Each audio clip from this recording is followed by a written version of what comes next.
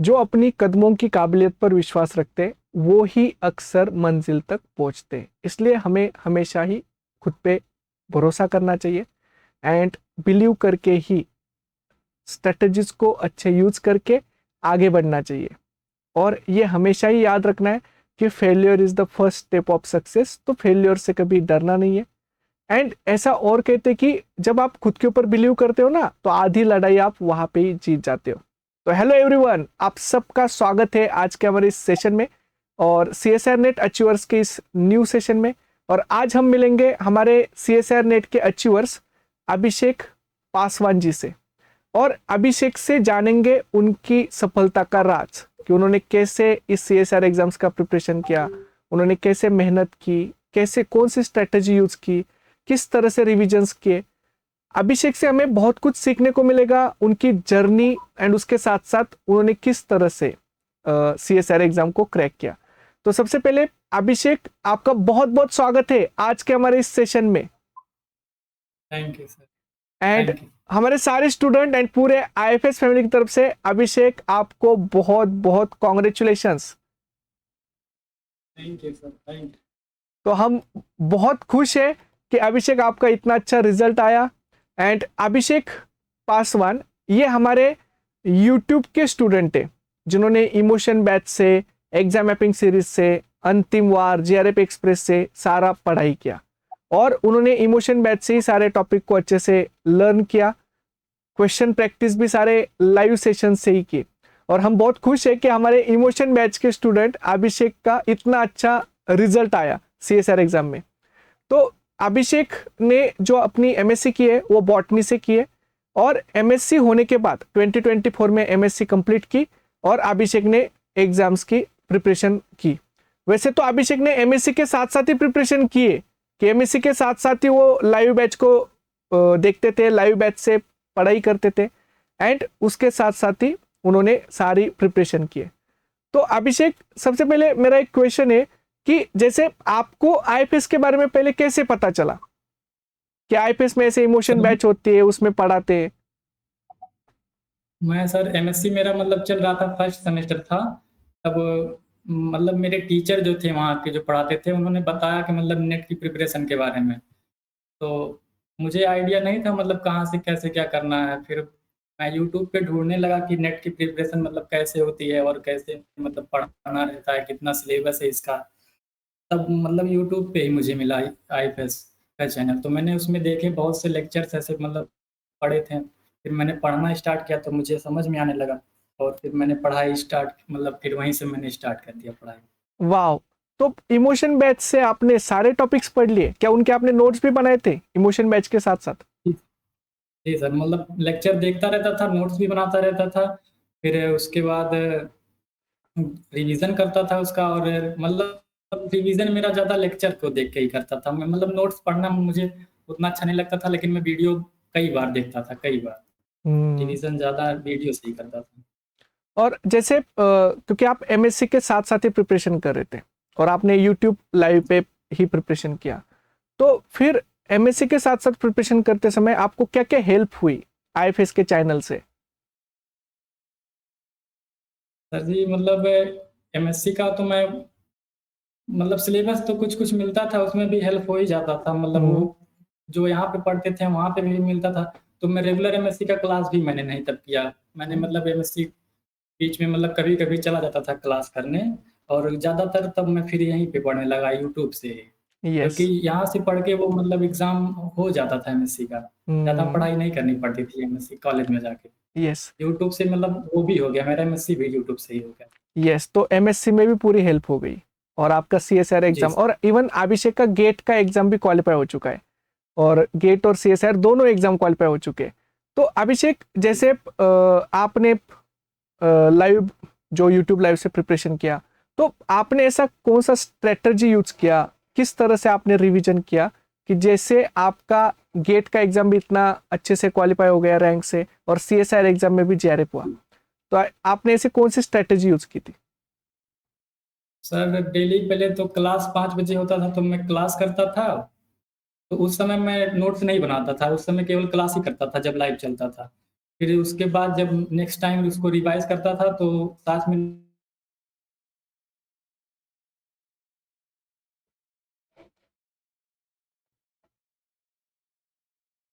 Yes, तो कैसे revision strategy use की थी? सर पहले तो मैं डेली क्लास करता था शाम को मतलब 5 बजे जो इमोशन बैच का चलता था। हम्म। फिर उसके बाद मैं उसके नोट्स जब नेक्स्ट टाइम उसको रिवीज़न करता था मतलब यू लेक्चर से तब उसके नोट्स बनाता था। फिर नोट्स बनाने के बाद मैं नोट से रिवीज़न भी करता था, फिर वीडियो से भी रिवीज़न करता था। ऐसे-ऐसे करके जब लगभग 1-2 टॉपिक कंप्लीट हो जाते थे, तब फिर मैं उसके मतलब जो क्वेश्चन आए हुए थे, जो पीवाईक्यू में थे, तब फिर उस क्वेश्चन को सॉल्व करता था।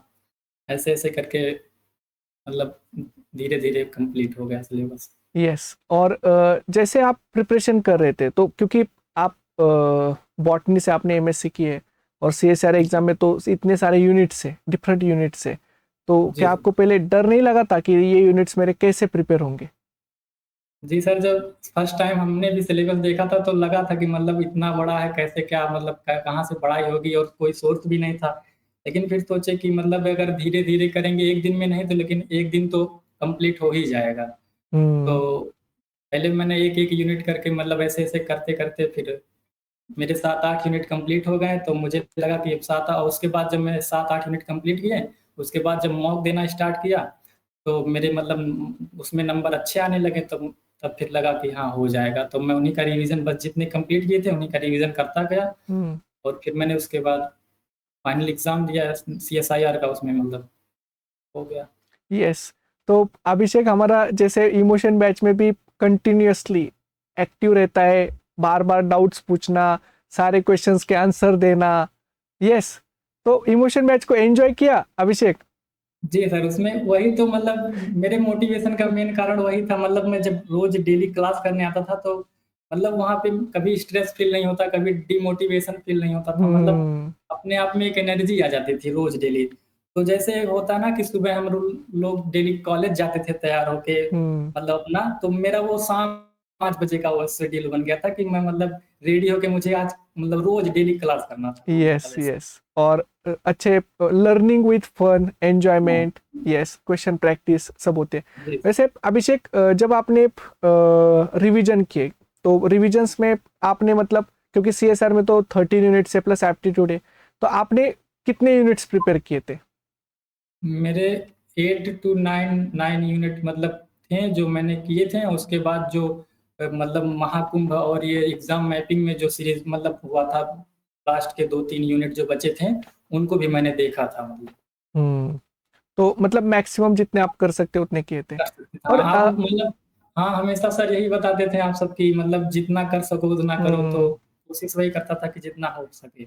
यस, और जैसे सबसे इम्पोर्टेंट, हम रिविजन्स तो करते, टॉपिक्स की अंडरस्टैंडिंग करते, बेसिक कंसेप्ट क्लियर करते, वैसे ही सबसे इम्पोर्टेंट होता है क्वेश्चन प्रैक्टिस। तो क्वेश्चन प्रैक्टिस कहाँ से की थी अभिषेक आपने?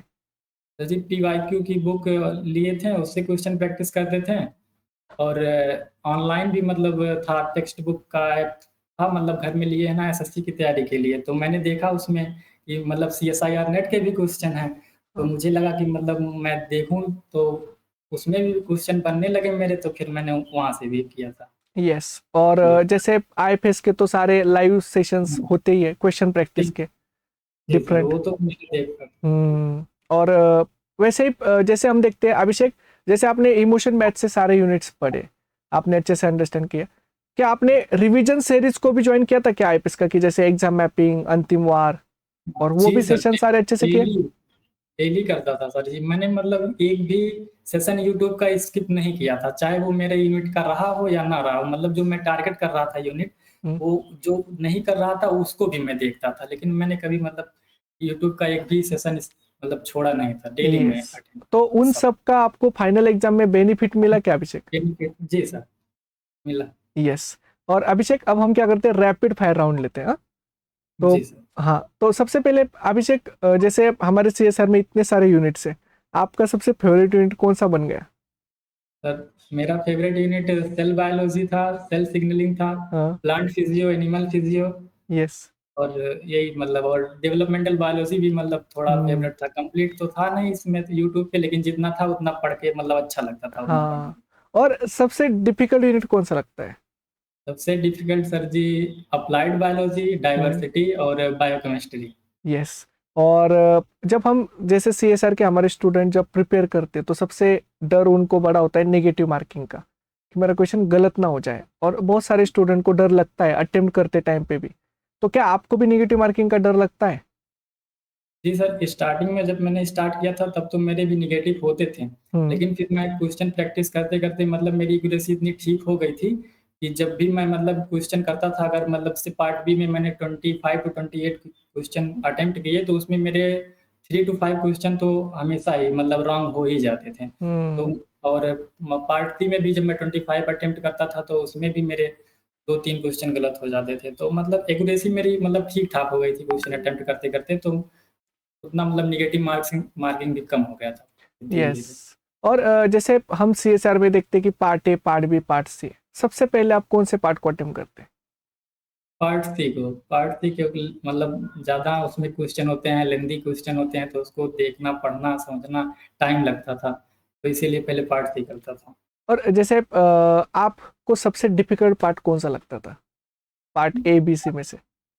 पार्ट ए मतलब एप्टीट्यूड मैंने किया ही नहीं था। एप्टीट्यूड का क्वेश्चन मतलब मैंने एग्ज़ाम में भी नहीं सॉल्व किया। पूरा वो हम्म। पार्ट ए छोड़ के चला आया था। यस। और उस हाँ, एप्टीट्यूड का सबसे इम्पोर्टेंट, कि क्या एप्टीट्यूड आपने प्रिपेयर किया था? जी सर, वो मतलब नहीं किए उसको, उससे मतलब डर ऐसा ज़्यादा नहीं लगता था, लेकिन उसके मतलब क्वेश्चन के वर्ड समझने में थोड़ी दिक्कत होती थी। हाँ, तो मैथमेटिक्स से डर लगता है? जी सर, जी सर। बहुत लगता है। तो ये मतलब हमारे लाइफ साइंस के सभी स्टूडेंट को लगता ही है। और जैसे हम देखते हैं अभिषेक कि जब आप पढ़ाई करते हो तो सबसे इम्पोर्टेंट होता है एनवायरनमेंट, कि आप स्टडी एनवायरनमेंट बनाओ, और पढ़ाई करने के लिए एक एनवायरनमेंट रिक्वायर्ड होता है। तो आपने पढ़ाई कहाँ पे की, लाइब्रेरी में की या घर पे ही की? नहीं, पढ़ाई तो मैं घर पे ही करता था, अच्छा। तो लाइब्रेरी में। हाँ, मतलब घर पे ही सारा स्टडी का जो था वो एनवायरनमेंट क्रिएट किया हुआ था। जी सर, यस। सेल्फ स्टडी किया था पूरा। और जी उसके सर। साथ अभिषेक, जैसे हम देखते हैं पढ़ाई करते समय तो हम मतलब डेली पढ़ना चाहते हैं, डेली हमारा टास्क कंप्लीट करना चाहते हैं, पर कभी कभी ऐसा होता है ना कि हमारे माइंड में निगेटिविटी आती है, कभी कभी डिस्ट्रैक्शंस होते हैं, कभी कभी बहुत सारा ओवर थिंकिंग होता है, निगेटिविटी आती है।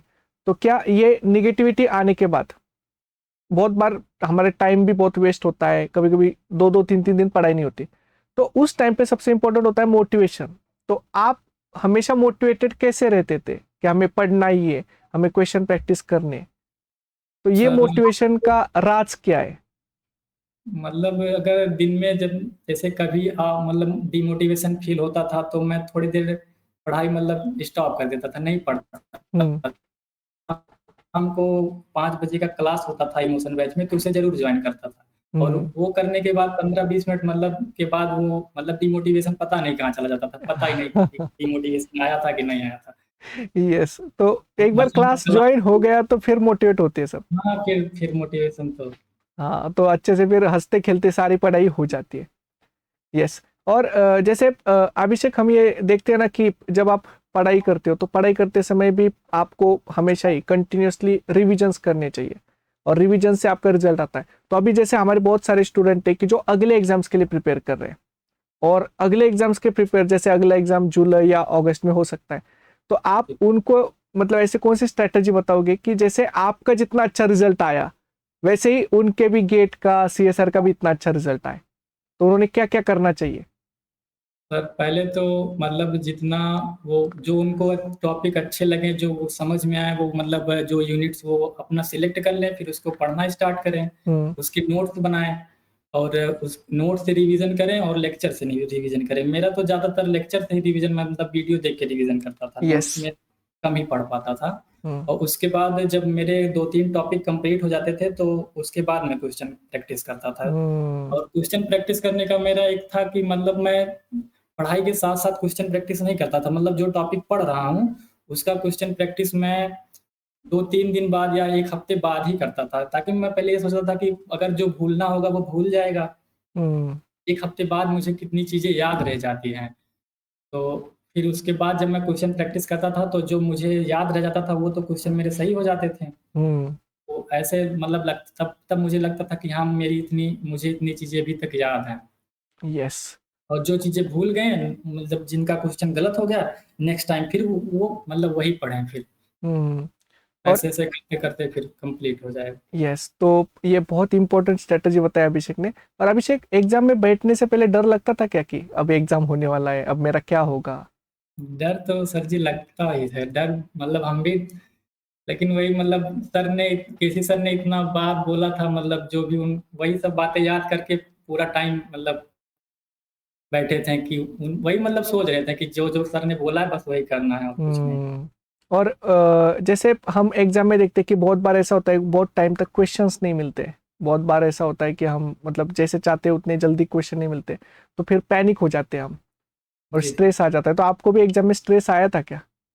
जी सर, लेकिन वही मतलब ना कि थोड़ा देखते रहते थे क्वेश्चन, मतलब जो नहीं आता था तो वही होता है कि मतलब 75 क्वेश्चन है करने, तो मुझे 25 ही हैं तो स्किप कर दो क्या, मतलब उसको हम्म। लेके कोई बैठना थोड़ी ना है कि इसी में बजे रहेंगे, तो मैं स्किप करके आगे बढ़ जाता था, तो फिर जो मेरे क्वेश्चन मिलते थे मैं उन्हीं को करता था। यस, तो ये आपने इतनी अच्छी स्ट्रेटेजी बताया अभिषेक, तो इन सब का क्या आपने इतने अच्छे से पॉइंट्स बताए और अपनी जर्नी बताई, आपने कैसे प्रिपरेशन किया, तो ये सारे पॉइंट्स हमारे स्टूडेंट को बहुत हेल्पफुल रहेंगे।